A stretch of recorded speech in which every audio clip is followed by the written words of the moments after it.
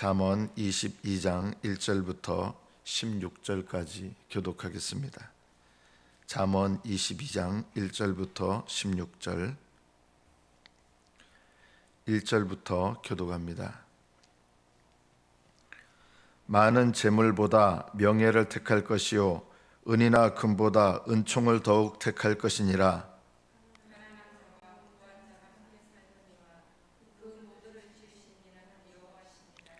슬기로운 자는 재앙을 보면 숨어 피하여도 어리석은 자는 나가다가 해를 받느니라.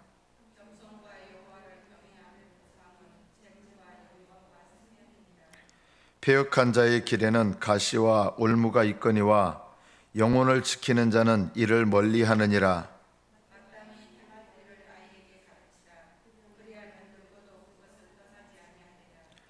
부자는 가난한 자를 주관하고 빚진 자는 채주의 종이 되느니라.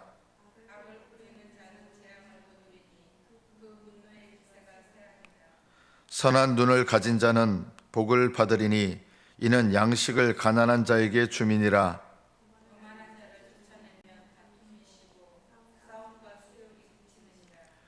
마음의 청결을 사모하는 자의 입술에는 덕이 있으므로 임금이 그의 친구가 되느니라.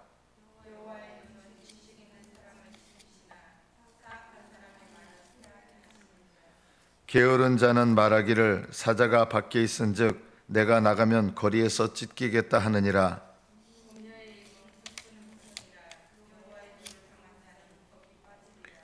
아이의 마음에는 미련한 것이 얽혔으나 징계하는 채찍이 이를 멀리 쫓아내리라.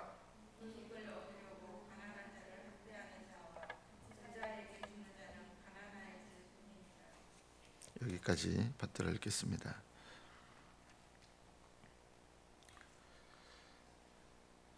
잠언 14장 8절에 보면 슬기로운 자의 지혜는 자기의 길을 아는 것이라도 미련한 자의 어리석음은 속이는 것이로다 라는 말씀이 있습니다. 슬기로운 자와 어리석은 자의 가장 큰 차이점은 자기의 지금 걸어가는 길은 인생길을 말하는 겁니다. 믿음의 길을 말하고 내 길이 지금 어디를 향하고 있는지 아는가? 이게 슬기로운 자와 어리석은 자를 분별하는 가장 중요한 기준입니다.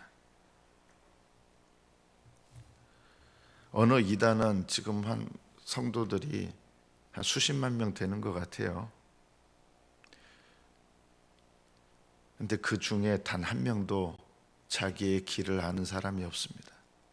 수십만 명 중에 그 수십만 명이 대부분 열심들이 다 있어요. 자기의 길을 아는 사람이 단 한 명도 없습니다. 참 두려운 일이죠. 하나님께서는 영혼들을 귀히 여기시고 불쌍히 여기십니다. 그러나 그렇다고 해서 그 이단에 속한 수십만의 영혼들 중에 본인들은 다 자기들이 예수님을 잘 믿는다고 생각해요. 이단들의 제일 큰 특징이 뭔지 아십니까? 내가 예수님을 누구보다 잘 믿는다고 생각해요. 그러나 자기의 길을 모릅니다. 그 길이 어디를 향하고 있는지 모릅니다.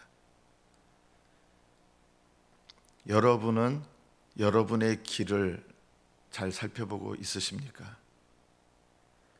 저는 어린 시절에 대패질을 해본 적이 있습니다. 목수의 일을 했다는 게 아니라 집에 대패가 있어서 대패질을 한 적이 있습니다. 나무를 이렇게 다듬는데 이게 대패가 잘 진행이 안 되는 거예요. 힘이 약해서도 그렇고요.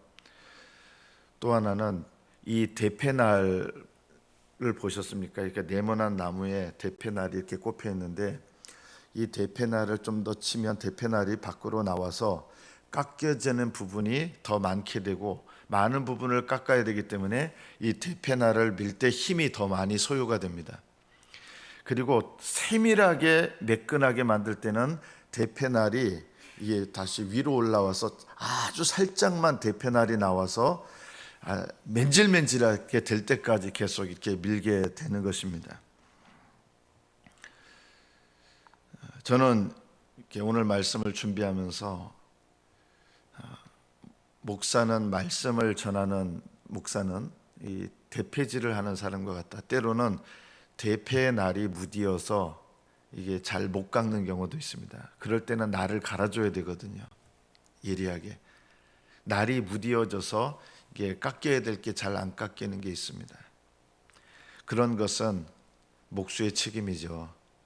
날이 무딘데도 여전히 무딘 날 가지고 맨질맨질하게 만들려 그러면 그건 목수의 책임입니다. 말씀을 전하는 자를 통해서 성도들이 변화되지 않는 것은 말씀 전하는 자의 책임입니다. 첫째는. 그래서 말씀을 전하는 자는 하나님 앞에 가장 엄중한 책임을 듣게 됩니다. 그러나 또 한 가지가 있습니다. 이것은 여러분 각자의 책임입니다. 대패질을 할 때 대패의 날이 무디어도요, 나무가 맨질맨질하게 된 나무는 무딘 날이라도 잘 왔다 갔다 합니다. 뭘 말씀하는지 아시겠습니까? 여러분 안에 말씀을 듣고 이렇게 뭔가 딱 부딪히는 게 있을 거예요. 내 안에 말씀을 들을 때 부딪히는 게 있어요. 그게 왜 그러느냐? 그게 바로 내 안에 깎여져야 될 부분이 남아있기 때문입니다. 대패의 날이 예리하고 그 대패질을 하는 사람이 힘이 강력하면 그것조차 깎아낼 수는 있겠지만 그 힘이 약하거나 대패의 날이 무디기 때문에 그 깎여져야 될 부분을 깎아내지 못하는 것이 있습니다. 그거는 목수의 책임이고, 나무의 입장에서 봤을 때는 그 깎여져야 될 부분이 아직 있는 것이다. 날이 무디어도 내가 깎여져 있어서 맨질맨질한 나무는 무딘 날을 가진 대패라도 왔다 갔다 하는데 전혀 지장이 없습니다. 여러분이 하나님의 말씀을 들으면서 내게 뭔가 부딪히는 것이 있을 거예요. 그럴 때가 있죠. 그럴 때 여러분 어떻게 생각이 됩니까? 내게 깎여져야 될 부분이 있다. 이렇게 생각하시는 것이 옳습니다. 나중에 하나님 앞에 가면 목수는 목수의 책임을 하나님께서 물을 것이고, 나무는 나무의 책임을 하나님께서 묻게 될 것입니다. 하나님 앞에 우리 각자는 내 길을 살펴봐야 될 책임이 있습니다. 나는 어떤 길을 걸어가고 있습니까?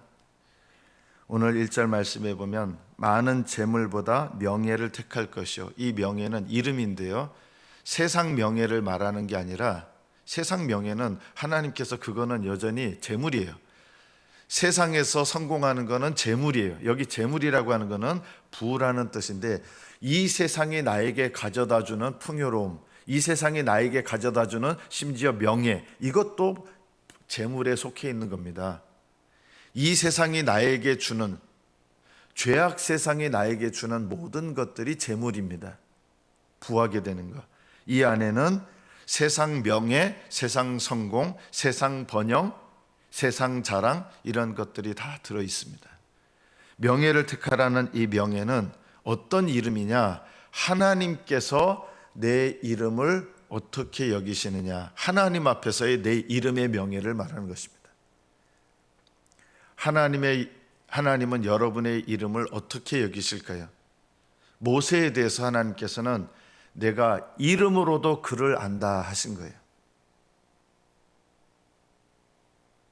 하나님께서 이름으로도 모세를 안다는 뜻이 뭡니까? 다른 말로 쉽게 말하면 모세는 하나님 앞에서 살았고 하나님 앞에서 영화로운 이름이 되는 인생을 사는 거예요. 모세의 이름을 귀히 여기시는 거예요.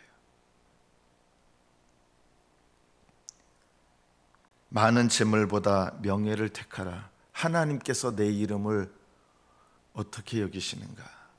이것이 내 인생의 가장 중요한 것입니다. 내가 올바른 길을 걸어가고 있는가? 이것을 살펴보는 일에 있어서 내가 제일 원하는 게 뭔가를 살펴보십시오. 세상 사람들한테 위대해지는 거,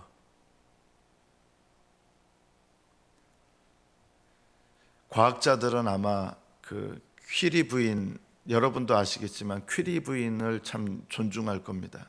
노벨상을 2번이나 탔습니다. 한 번 타는 것도 쉽지 않은데 노벨상을 2번 탔고요. 그 부모, 그 퀴리 부인, 남편도 아내도 그리고 자녀들까지 하면 또 사위까지 포함하면 노벨상을 6개나 탔습니다. 한 집안에서. 대단한 집안입니까? 노벨상이 하나만 나와도 온 가문의 명예인데 노벨상을 6개를 받았습니다. 그 집에서요.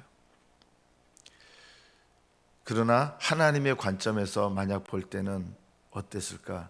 저는 그렇게 복된 것만은 아니다. 세상적으로 보면 명예로운 이름이었을 것입니다. 그러나 하나님께서 그 이름을 어떻게 여기시는가? 재물보다 명예를 택하라. 은이나 금보다 은총을 더욱 택하라. 은총이라는 말은 헨이라는 말인데 하난이라는 히브리에서 나온 말입니다. 은혜롭게 보시다 이런 뜻이에요. 헨이라는 말은 결국 은총이 뭐냐? 하나님께서 나를 은혜롭게 보신다. 다른 말로 말하면 하나님께서 나를 어떻게 보고 계시는가?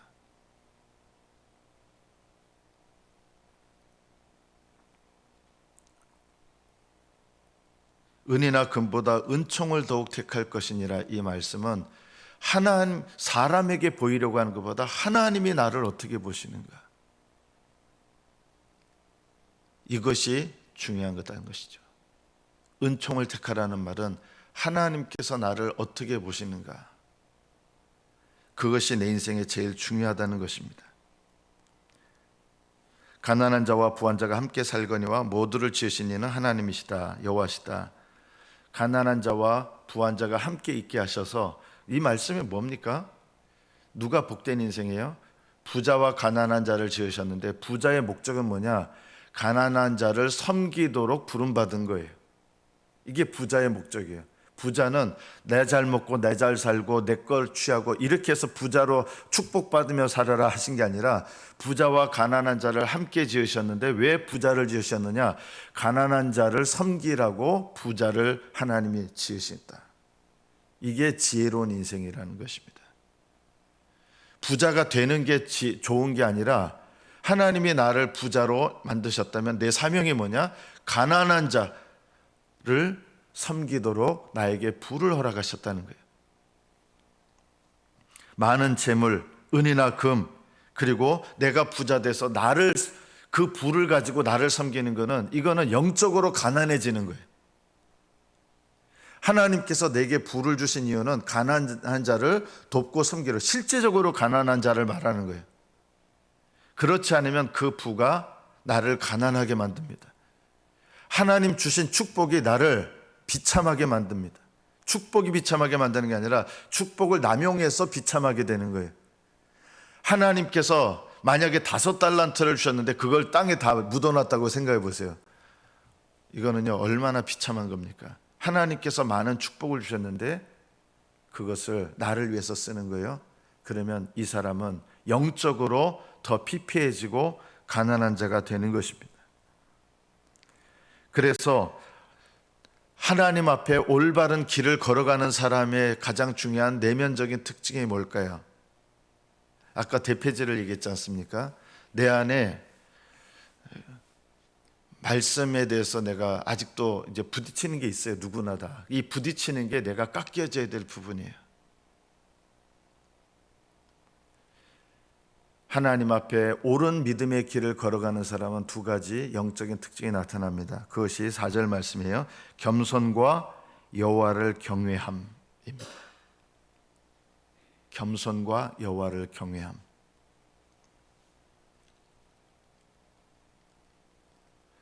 이 겸손은 하나님 앞에서의 겸손을 말하는 게 아닙니다. 여러분, 사람 앞에서도 겸손하셔야 됩니다. 교만한 사람의 특징이 꼭 이래요. 나는 사람한테 인정받으려고 하지 않습니다. 나는 하나님께만 인정받으면 됩니다 하면서 사람에게 참 교만해요. 이게 교만한 사람이에요. 하나님 앞에 겸손한 사람은 사람 앞에서도 겸손합니다. 그래서 올바른 믿음의 길을 걸어가는 사람은 겸손한 것이 특징이에요. 하나님 앞에서도 겸손해야 되고요, 사람 앞에서도 겸손해야 되고, 특히 여러분 이 땅에서 여러분에게 허락하신 권세자 앞에서도 겸손하셔야 됩니다. 우리가 겸손하지 못할 지도자들 있죠. 이제 대통령 선거 끝났습니다. 새로운 대통령이 뽑혔습니다. 우리는 하나님을 경외하는 믿음을 갖고 있다 그러면 내가 제일 먼저 취해야 될 태도가 뭔지 아십니까? 하나님께서 주신 권세자에 대해서 내가 하나님과 사람 앞에 올바른 마음을 품는 겁니다.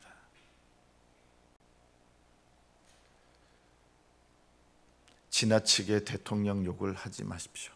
또 지나치게 여러분의 영적 지도자의 욕을 하실 필요가 없습니다. 오히려 하나님은 그런 사람들을 통해서 그 대패 날이 어떻든 간에 내가 맨질맨질하게 다듬어져 있으면, 겸손하게 다듬어져 있으면 부딪히지 않습니다. 부딪힌다고 하는 것은 내가 아직 깎여져야 될 것이 있다는 증거입니다. 그리고 참된 믿음의 길을 걸어가는 사람의 특징은 여호와를 경외하는 것입니다. 하나님을 경외한다는 게 뭡니까? 하나님께 순종하는데 즉시 순종하고 기꺼이 순종하고 온전히 순종하는 것, 이것이 하나님을 경외하는 것입니다.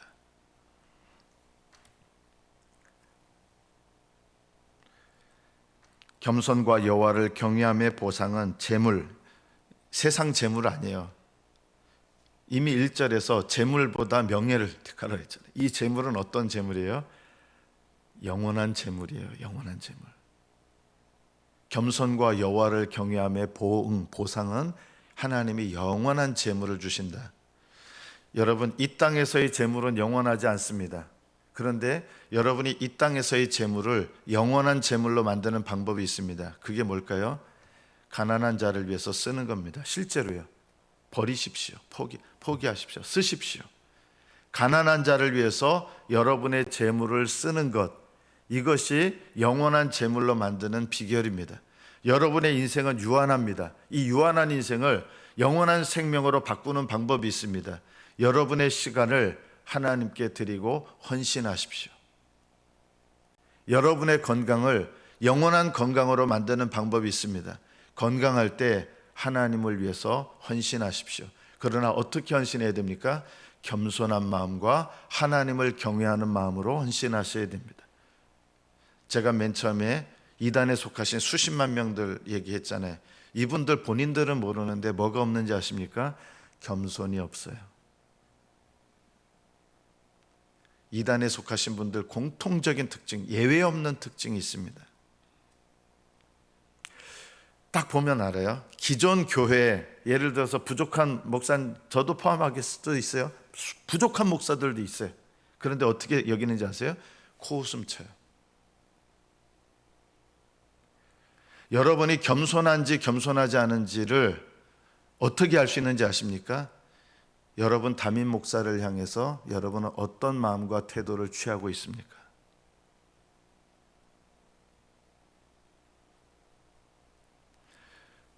여러분의 담임 목사가 대패날이 무딘 사람일 수 있습니다. 그러나 겸손한 사람은요, 아무리 무딘 대패를 갖고 있어도 걸리적거리지 않습니다.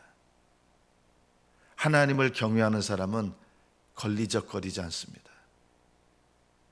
여러분은 여러분의 담임 목사를 향해서 어떤 마음과 태도를 가지고 있습니까? 놀랍게도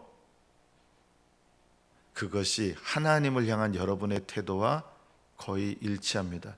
그 목사님이 신령하냐 신령하지 않느냐와 상관이 없습니다. 그건 하나님이 심판하실 부분입니다.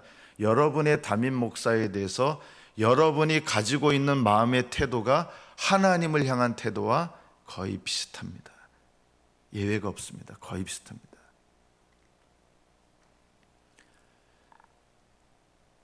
제 친구가 제 새벽기도 이 설교를 들을 수도 있어요. 친한 친구가. 교회를 좀 다니다 보면 문제가 생겨서 옮깁니다. 왜 문제가 생기냐? 얘는 혈기가 있어요. 다른 교회 가면 혈기는 있지만 혈기 있으신 분들의 또 특징이 뭐예요? 열심이 있잖아요. 열심이 있어서 인정을 받아요. 그 열심 때문에. 근데 시간이 지나면 하나님은 대패질을 하시거든요. 그 목사를 통해서. 뭐가 또 걸리기 시작합니까? 시간이 지나면 그게 또 걸리기 시작하는 거예요. 그러면요, 안 맞는 일이 일어나죠. 그럼 또 옮겨요. 그럼 그 옮긴 교회에서 또 환영을 받고 인정을 받고, 훌륭한, 이렇게 열심히 있는 사람이라고. 시간이 지나면 또 대패에 걸립니다. 왜 걸립니까? 여전히 그 깎여져야 될 부분이 깎이지 않았기 때문입니다. 제가 사랑하기 때문에 얘기하는 거예요. 깎일만 하면 옮겨버려요. 그래서 평생 깎여야 될 부분이 깎이지 않고 계속 옮기게 됩니다. 최근에도 이제 모교회로 돌아가겠다고 해서 가지 마라. 모교회로 돌아간다고 해서 길이 바뀌는 거냐? 길이 바뀌는 게 아니에요. 처음에는 또 환영받고 열심을 내요. 칭찬을 받죠. 인정을 받죠. 그러나 시간이 지나면 하나님께서 깎으셔야 될 것이 또 나타나게 되거든요. 여러분이 신앙생활에 제일 중요한 것 중에 하나가 뭐냐면, 하나님께서 내 속에 각자마다 깎여야 될 것이 있다. 시간이 지나면, 처음에는 이게 안 드러나요. 근데 시간이 지나면 아주 옹이 같은 단단한 것들이 있거든요. 이게 잘 안 깎여 나가요. 이것이 깎여지는 것이 내가 더 깊은 믿음의 길로 나아가는 시작입니다. 하나님은 오히려 강한 나를 준비하셔서 이 옹이와 같은 부분을 기어코 깎아내고 싶어 하십니다. 신앙생활은 깎여지면 깎여질수록 하나님께서 쓰시기에 합당한 좋은 제목이 됩니다. 아무리 재료가 좋아도 거친 제목은 세밀한 데 쓰임받을 수가 없습니다. 고급 재료는 정말 세밀하게 대패질한 거 보면요, 뭐 사포질도 필요 없어요. 너무너무 맨질맨질해요. 하나님께서 우리를 그렇게 깎아내셔서 하나님의 일에 쓰시는 것입니다. 겸손과 여호와를 경외함의 보상은 재물과 영광, 영원한 영광이에요. 세상에서의 영광이 아니라 하나님 주시는 영광, 생명, 하나님 주시는 생명을 말하는 거예요. 단순히 오래 산다는 뜻이 아니에요. 그래서 패역한 자의 길에는 가시와 올무가 있거니와, 가시와 올무는 여기서 그냥 고난과 환난을 말하는 게 아닙니다. 유혹을 말합니다. 어리석은 자는 이 가시에 찔리고 올무에 사로잡힙니다. 유혹에 넘어갑니다. 이 유혹은 뭘까요? 내 마음대로 하고 싶은 유혹입니다. 이게 가시와 올무입니다. 그러나 지혜로운 자는, 영혼을 지키는 자는 가시와 올무를 멀리합니다. 어떻게 멀리합니까? 이런 유혹을 하나님의 뜻을 좇아서 이겨내는 것입니다. 마땅히 행할 길을 아이에게 가르치라. 이 아이는 원문으로 나으릅니다. 젖먹이 아기. 이 말씀을 솔로몬이 전했잖아요. 솔로몬은 마땅히 행할 길을 아이에게 가르쳤느냐? 그렇지 못했습니다. 그래서 솔로몬의 아들들은 실제로 어떻게 됐느냐? 르호보암 보면은 그래도 아버지의 믿음 때문에 기본은 있었지만 하나님 앞에 지혜로운 길을 살아간 인생이 되지 못했습니다. 저는 이 말씀을 보면서 참 두려운 말씀입니다. 정작 마땅히 행할 길을 아이에게 가르치라 이렇게 했는데, 솔로몬은 아이에게 마땅히 행할 길을 가르치지 않았습니다. 말씀을 맺습니다. 선한 눈을 가진 자가 복이 있고 마음의 정결을 사모하는 자의 입술에는 덕이 있다. 이 덕이라는 말은 처음에 은총이라는 단어와 같은 단어입니다. 우리말로 번역할 때는 히브리어는 똑같은데 은총을 택할 것이냐 할 때 은총도 헨이고, 여기 마음의 정결을 사모하는 자의 입술에는 덕이 있다. 이 은총이 있다는 뜻이에요. 하나님의 관점에서 말하고 하나님의 관점에서 다른 사람들에게 항상 말합니다. 은총이 있습니다. 은총이라는 말은 하나님의 관점에서 듣고 하나님의 관점에서 말하는 것입니다. 이것이 내 믿음의 길을 올바로 걸어가는 데 있어서 절대적으로 중요한 것입니다. 여러분은 여러분에게 어떤 소리가 들릴 때 때로는 여러분 부담되고 부딪히고 화가 나고 그런 말을 들을 때가 있을 것입니다. 그럴 때 나는 어떻게 반응합니까? 은총으로 마땅히 하나님 관점에서 말하고 반응하십니까? 아니면 내 속의 육신, 혈기, 내가 하고 싶은 대로 말하면서 반응하십니까? 내가 어떻게 듣는가, 어떻게 보는가, 이것도 중요한 것처럼 마음의 정결을 지키는 자, 사모하는 자는 입술에 은총이 있습니다. 하나님 관점에서 항상 말하기를 힘씁니다. 여러분의 입술에 덕이 있기를 축복합니다. 여러분의 눈에 하나님께서 보시는 관점으로 볼 줄 아는 영적인 시력이 있기를 축복합니다. 여러분에게 들려주시는 하나님의 말씀에 때로는 그 말씀이 나에게 탁 부딪히는 게 있어요. 그죠? 있을 수 있어요. 그럴 때 어떻게 되느냐? 이게 내가 깎여져야 될 내 모습이구나 하고, 하나님, 이 부딪히는 내 마음을 깎아주세요. 이것이 오히려 하나님 앞에 올바른 믿음의 길을 걸어가는 비결입니다. 여러분이 하나님 쓰시기에 합당한 아름다운 제목으로 우리의 인생을 대표질하시는 분은 하나님이십니다. 하나님께서 우리를 귀한 제목으로 준비하셔서 귀하게 쓰임 받으시는 복된 인생들 되시기를 축복합니다. 기도하겠습니다.